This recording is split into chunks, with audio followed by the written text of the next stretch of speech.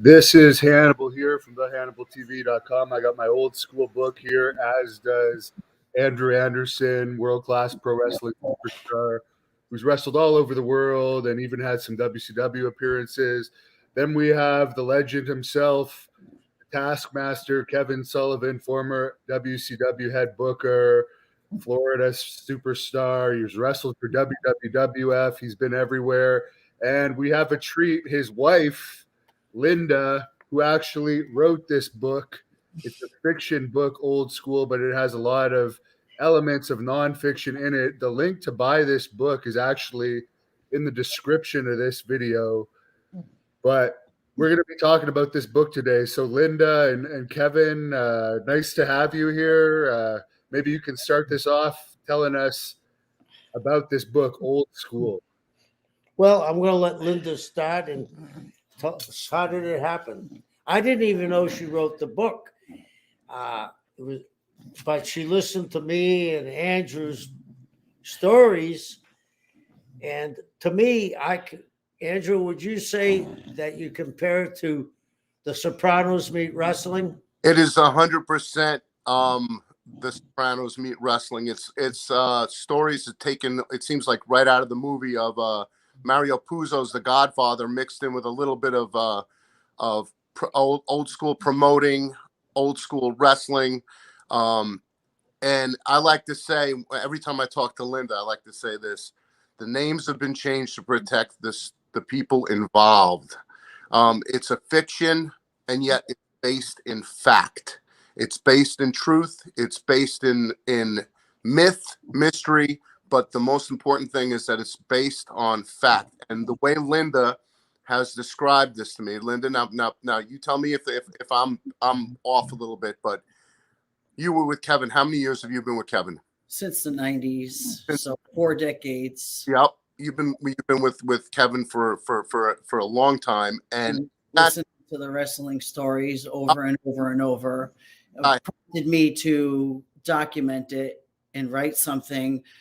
Because as a wife, I saw what wrestling did too. It would chew these guys up and spit them out when it was done with them. So what I wanted to do was go back and do a historical fiction on it to bring back what wrestling aficionados enjoy reading about too.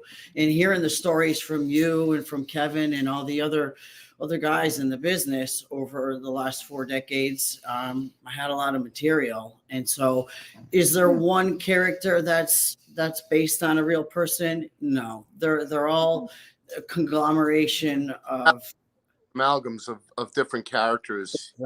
Exactly. Well, I read into the book. I thought a lot, and as I'm going through the book right now, I read the rough draft of this when you sent it to me initially. Yeah. I caught a lot of, let me put it this way, I caught a lot of Vince McMahon Sr., Fritz von Erich, Paul Bosch. And all rolled into one character too, by the way. I mean, it was rolled into one character and multi-character. Everyone from... There's a Sheik in there too, by the way, for all the Sheik fans out there. There's a Sheik character. But he's a conglomeration of all the different Sheiks. But Andrew, too, there's a period where it starts out in 1948, which was the founding of the NWA. And it wasn't by mistake. But it was also with the advent of television, too. Yeah, but it wasn't a mistake when the NWA was founded, that they founded it in port cities. And, let's go back to that time of America. The port docks were controlled. They were all controlled by the mob. They were all controlled. Yep. Boston, New York, Newark, Miami, all the port cities up in Maine, and even then you go to the east, you go to the west coast, Portland. All those cities all controlled by areas. San Francisco, all controlled by different areas. Now in San Francisco, you had LaBelle, and who else running that area over there? You had, that was in LA. That was Gene LaBelle, Mike LaBelle. And then there was Roy Shire. There was Malkovich before Shires. Mm-hmm. But the thing was, even for them. People don't understand how strong the original promoter, Paul Bowser from Boston, was. He was Vince Sr.'s partner in some stuff, but he is champion. He was an NWA member, but he had a special dispensation to use the original AWA champion.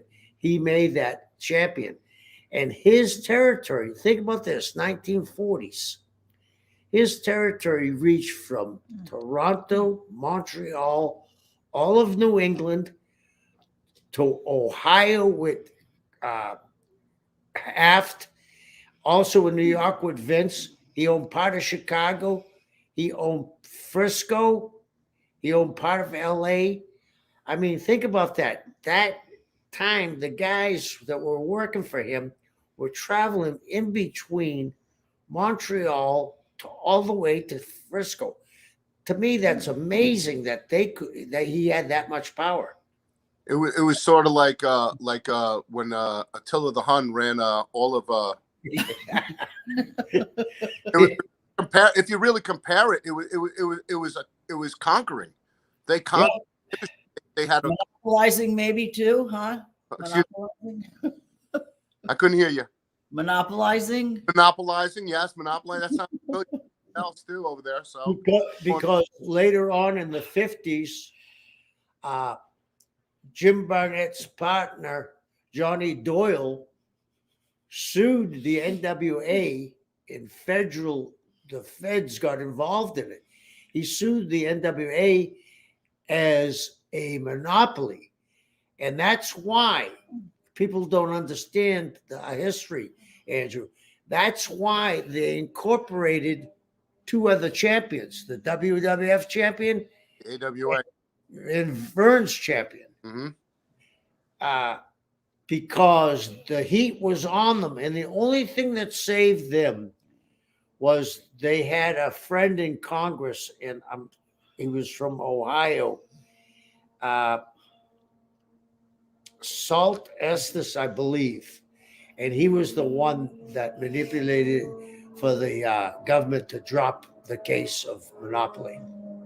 Sherman Antitrust Act. That's what they were going on. Yeah.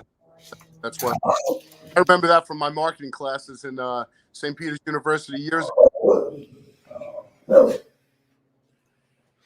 That's the dog, by the way, that took Kevin down last year, and he was walking with a cane for a couple of weeks. Yeah, she gave me a tackle in my knee. She's an Irish pit, and she's a real personality. She's outside now. So was that your first book, Linda? Like, what made you decide to actually write it? Series, and as you can see with Andrew and Kevin talking, I mean, it's a treasure trove of information. I didn't have to do a tremendous amount of research because I'm living with the walking encyclopedia right here. Britannica. So it made it easy, but this is a series. It's going to continue. There's 3 volumes that are sketched out, and I'm hoping that the fans can take a peek, and I'm excited about it. I'm excited about starting the second one. The second one's actually got a lot funnier ribs in it, and there's ring rat stories in there too, which I found funny considering you're the one that wrote it. Those were some of my favorite parts of the book.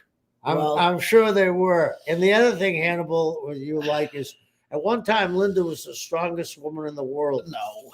Yeah, she could sit down and do shoulder presses with dumbbells with 85 pounds in each hand. So, and she's an artist. She sold her paintings and she made jewelry. So this was an extension of her. Yeah. Different medium, words. There's also some drug stories in this book as well, which I don't know. Some of these stories sound a lot like the stories people tell me in shoot interviews, but for some of these drug stories and the ring rat stuff, are they based on stories that you've heard from Kevin and other wrestlers? Well, what do you think?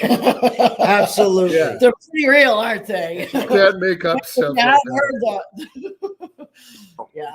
you can't make that kind of stuff up because that's the kind of life that was led at the time. And you know, I mean, it seems like a thing of the past now, but a lot of the boys unfortunately still live this kind of life. You know. Well, and one of the things that I did when I sketched out volume 1, 2, and 3 was the drugs did change. Mm-hmm. So the difference between the first book and the second book, you're going to see the drug use change to a different kind of. It's going to elevate differently. A lot of things change, even within that one decade. So, and you know, both of you has been around long enough. I look at sometimes old tapes and interviews, and I say, how did they get away with that, right? Piper painting himself against Bad News Allen. Black, yeah, half white. And then, you know, interviews that people were made. I just can't, you know, we've come a long way. We've come a long way. Well, the best is when you see some of the interviews, you know, the guys, you know them personally, and you know they're sky high. Oh, there's the best interview. There's some interviews I like watching with Gene Oakland, which I'm not going to name names, but huge stars, and their eyes are glowing. They look like Superman with X-ray vision. You know, and making no sense at all on the interview. Oh my God, it was always the way. I remember Jimmy Snuka used to tell me about the promo he used to cut, and he would say, he goes, brother, I did a line in the bathroom, I came out, I did the promo. He goes, then I went back in, I did 4 more lines. Yeah. Those are the stories I hear all the time. Yeah, that was the way everybody did it back then. I mean, it was just I let some of my best promos came when I was half out there in the year too. Kevin knows that. And the other thing, Andrew, Hannibal, you got to remember, back in the day, we were on the road 360 days a year, catching, running around. I compare it to, we were on a phonograph and it just kept on turning and turning and turning. And we didn't even have chance to slow down, because if you stepped off the phonograph, you wouldn't want to get back on again. So it's I mean, and I think that in this first book, Wrestling Old School, you can see how it morphed from the 50s to the 60s to, there was always drug use in wrestling, but from the 50s, the 60s, and 70s, it started a snowball. Yeah. When did people start becoming more like, I wouldn't say alcoholics, but for a period, it seems like it was very common for wrestlers to drink, maybe in the 70s and 80s, but I'm not sure exactly when that started. Actually, it started really early in the 50s, and it goes back to Hannibal. I'm not sure if you're aware of this, even though you're a wrestling historian. You know, the wrestling from Chicago, which was a big city, it was probably the wrestling city in the United States. When they lost their TV, Vince Sr. sent his tapes. This is the first, in my knowledge, of syndication. He sent his tapes to Chicago, and there were heavyweight championship wrestling from Bridgeport, and that was Bridgeport, Connecticut. All those guys, whether it was Mark Lewin and Curtis, not King Curtis, but Don Curtis, the Graham brothers, Rocker, all of them drank before the matches, and some of them were inebriated. I mean, Eddie used to tell me that, you know, that's why he stopped drinking. He was out of his mind with alcohol. But back in those days, they were still going from New York. Vince and Bowser had Toronto and Montreal. Then Vince got involved in Chicago. So those guys were moving all over the country. And occasionally, you know, Vince would send them out. And the crazy thing was, during that era, there was like local territories, and they would bring in Vince's guys, and they would put that little blurb on their posters saying, TV star, like under Rocca or under Rogers. And it was like back in the day when Jim Barnett had Atlanta TV. I mean, those guys were getting booked out because they were seen all over the nation. Yep. Now, I remember many a road trip with everyone, including you, where the backseat was filled with cans of Budweiser. Yeah. The backseat was filled with cans. How about getting pulled over and Mark Lewin with the cop? The cop gave him a hug, come down, didn't even know the cop, and he said, "Oh my God, it's Mark Lewin." Yeah. And then you mentioned Jerry Graham. It was Bruce Hart that recently told me like he would show up completely out of it. Yeah. And I guess the promoters just overlooked it in those days. They didn't really care. You know, it goes back to Hannibal. What I think is, and see if you two agree. You ever see the series Mad Men? Yeah. A guy walks in the guy's office and they're having a cocktail at 10 o'clock. Yeah. Then they're going out to lunch and they're having a 3 martini lunch. I mean, they had a buzz on all day. They were drinking all day in the 50s and 60s. And smoking cigarettes constantly. So, I mean, cigarette smoke. I mean, it changed. I think the alcoholism and I think a lot in cases of cigarettes and stuff like that, everything has changed a lot too. You know, I mean, you watch the old Twilight Zones, everybody's smoking. You know? Everybody smoked, and it's crazy. What Linda and I used to go to Europe quite a bit, and I remember when we did away with smoking in the bars in the United States, and then we were getting ready to go to Paris, and she said, "Hey, not that her and I don't smoke, but she said France has declared smoking illegal in bars and restaurants." I said, "That will never work because the French are like the Japanese. They smoke cigarettes constantly."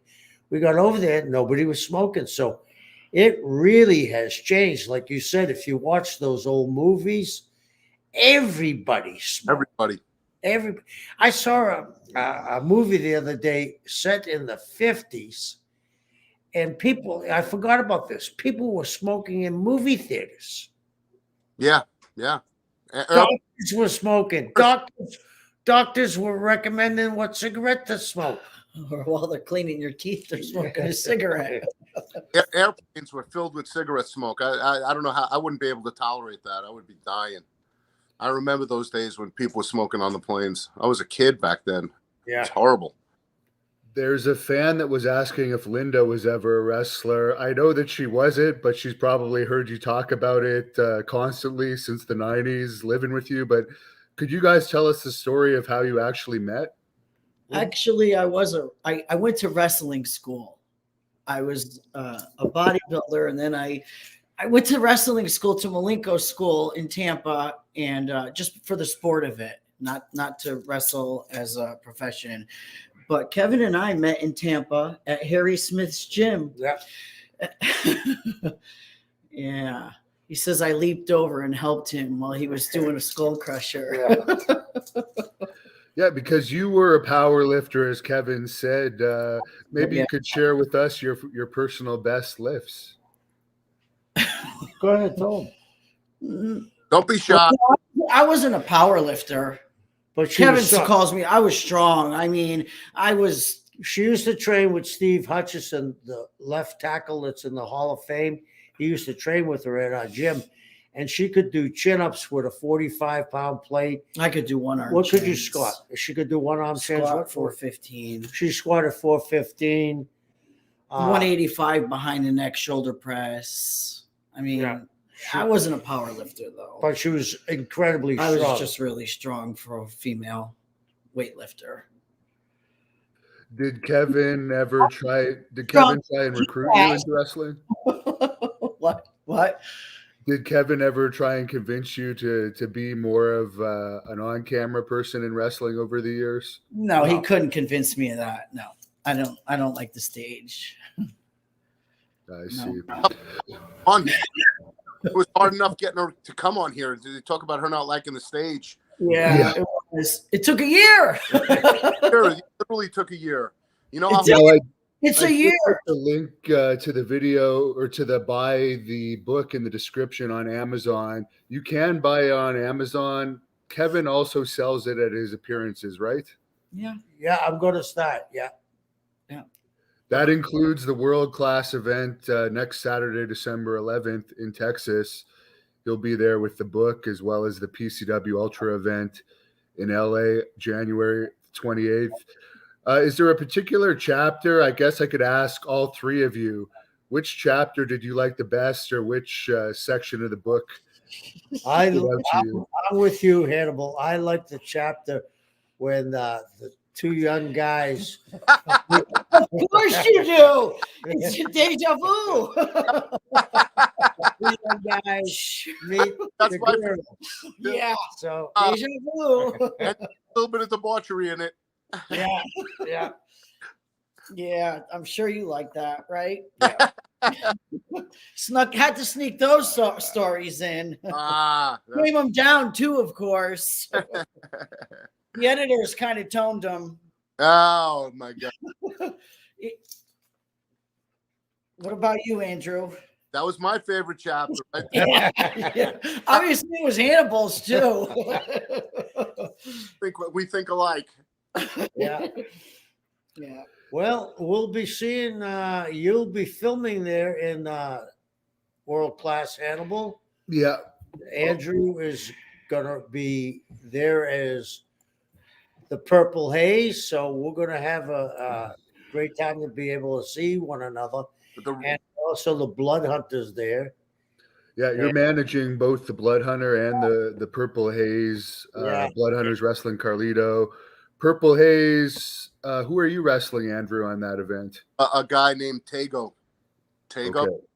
You know, I don't know him. I don't know of him, but I've looked him up, Andrew. I've looked him up. He's a very good wrestler, and but I think with your power and strength, he won't be a problem for you. Yeah, I'm just gonna beat him up. Yeah, good for you. So Linda, is there anything you want to say about the book before we wrap this up here? Again, for the fans, it is in the description. You can just look it up, Old School on Amazon. I got my copy. I really enjoyed it. And again, fans, it is fiction, but it's based on a lot of stuff that actually happened. And it's very interesting. As Kevin says, it's mafia meets pro wrestling, which actually was a thing in the day. Definitely in the Montreal territory as well as others. Oh yeah, it sure was. You know, going back, I know you're a big historian on Canadian wrestling, but Eddie Quinn, who ran Montreal, was sent there by Paul Bowser, and Eddie Quinn owned all kinds of cabarets in Montreal, and it was her name Lily St. Cyr, the famous dancer up there he had an affair with, but Eddie Quinn was deeply controlled by the mafia. I think the next step in the evolution of this book and this book series of books is the fact that Linda and I are both going to be shopping around to try to get this to be written screenplay, which actually Linda did write it as a screenplay, but we'll try to shop this around to Netflix or and see if we can possibly try to really get this made into a series. I can't see this being made into a movie. I can see it being made more into a series. Yeah. I just want to say that it was very liberating writing it, and I enjoyed researching it, and I hope the fans enjoy reading as much as I thoroughly enjoyed writing it. It was an educational thing for me. You know, despite living with Kevin and being around these guys, getting back into the history with the hookers and shooters is so fucking amazing. I mean, these guys were the real deal. I mean, they're forgotten. And then the segregation and all that too, that's all forgotten, and it shouldn't be forgotten. And it's a great story, which I did not make up. There's an interesting question on here for Kevin from Sunset Moth. Was anyone a big drinker that we don't know about back in the wrestling days? Like, was it kept quiet about someone that would that would actually surprise us to know they were a bit of a wild guy in the back or had alcohol issues, but they kept. Go ahead. I'm sorry. No. I think you got the question. Yeah, I think that back in the day, everybody on the card had close to a drinking problem because it didn't matter if you were going to travel 300 miles or 100 miles back from the arena. If you're traveling 100 miles, you got 2 6-packs. If you're traveling 300 miles, you got a case. Everybody drank. It was the mentality of it. And when I first started, it kind of tapered off because in the 50s and 60s and early 70s, there were guys drinking going to the town. Most of us didn't drink going to the town, but they drank afterwards. But yeah, there was some big time drinkers, you know. I mean, I remember, do you remember the name Tank Morgan? I'm familiar. I'm from Houston. Tank was, I saw him do this. I'm not going to tell you, he was one of my dearest friends. Tank used to get lit up, and then he came to the matches one time, and Tank was a veteran, and he wrestled a guy that was my era. He was about the same age as me, so at the time he was about 22. Tank had some mushrooms on his fingers, and he went in the ring, and Tank was about 350. He headlocked my friend over, who was about 220 at the time. And you know, when you get a guy 350 laying on you, you're gasping, you know what I mean, on your chest. He stuck the mushrooms in his mouth during the match. By the end of the match, my friend's just staring at him, smiling, trying to have a match. Oh, there's some crazy stuff that was going on. There's also some Coke stories in this book that I actually find interesting. But when did cocaine start to enter into the wrestling business, Kevin? Because I'm going to guess it probably wasn't in it as much when you first started. And at some point, people started using it. Well, it was in the 80s. You remember Time Magazine actually had an article and said that cocaine was good for you. I mean, everybody was doing it. Doctors, lawyers, Indian chiefs, especially in Florida, where it probably started because, you know, I'm going to say, and I know I'm being exaggerating this, but the cops that used to walk us to the ring in Miami, there was 37 of them. If you look at it, I think it was called the Hill Street Gang. They all got busted for coke. You know, and how they got busted was one of the cops I knew really well. His girlfriend posed as the playmate, not Playboy. What was the other one? Hustler. She was the playmate of the middle, and they asked her where she had the greatest sex, and she said, on the beach in my boyfriend's police car with the sirens going after we snorted a bunch of coke. Huh. Hello? I think you should have kept that to yourself. And they came and cracked them all. And I mean, the cops used to be just as lit up as anybody else. It was crazy. Crazy time and a crazy era. Well, in Florida, a lot of shipments were also coming in from South America and from the island. We Andrew and I know a very good friend of ours, and he was making anywhere between 18,000 and 36,000 a month. day. Was it a month or a day? Day, yeah. Because a kilo would sell for 18,000 back then, and he'd sell 1 or 2 a day. He was making. And he was doing with his partner was the head of the Vice Squad. Yeah. Crazy time. Well, again, Amazon is where you can buy the book, and Kevin will have it at the World Class Pro Wrestling event December 11th in the Dallas area at Southern Junction. More information on that at worldclassprowrestling.com. Then the PCW Ultra event January 28th. Kevin will also have it there for the fans watching in California, and the link is right in the description. Great seeing you, Linda. Andrew, where can people follow you on social media? They go to the ringsquare.wordpress.com. There's Facebook and Instagram that you can follow, and that'd be the easiest way to access it. I'm on Andrew Enforcer on Twitter, on Instagram, on Drew the Wrestler on Twitter, Andrew Anderson Facebook pages. Yeah, I got Andrew the Reinforcer, Andrew Anderson. I have fan pages up the wazoo. Most of them are moderated by me or my management. Half the time people post things. I only post my action figure pictures. Everybody else, my agent posts everything else that I do, because I've been told I get a little too stupid sometimes on my stuff. No, not you. Kevin both said, you never.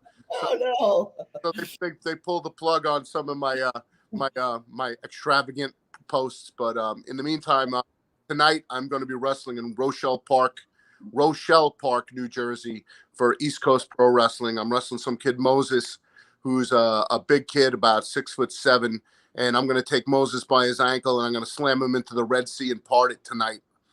So good for you. Just think of the Hulk slamming Loki around and saying, "Be God." That's going to be. The last question I got to ask Kevin, because it's come up a lot, maybe because Andrew's doing the Purple Haze gimmick now, but where did Mark Lewin come up with the Purple Haze gimmick, and did you have anything to do with the origins of that? Dusty and I came up with the name, and I think Dusty said, well, we're going to get a different name for Mark now. And I was a big Jimi Hendrix fan. And when I was younger, I remember I had gone to I saw him play live one time when I was in high school. And I thought, what better than the Purple Haze? Because Mark was, like Andrew, the Purple Haze. Legitimately tough guy too, an extremely strong, amazing athlete, and he's done well for himself. Married into royalty now, for anyone who doesn't know. Yeah. So that's great. I'll let you guys close this off. Linda, I'll let you and Kevin close this off with whatever you want to say about the book. I just want to say thank you guys for having me on, and thank you for sharing all the stories. And that's what's going to make this whole Ring Square. It's about you guys and all the effort, all the hard work. Linda, it's teamwork. Yeah. But I'd just like to say thank you for doing that book, which I didn't know about for a long time. And thank you, Purple Haze, Andrew Anderson. And thank you, Devin, Hannibal. I really appreciate it. And I'll be seeing you guys next weekend. Thank you for watching the Hannibal TV.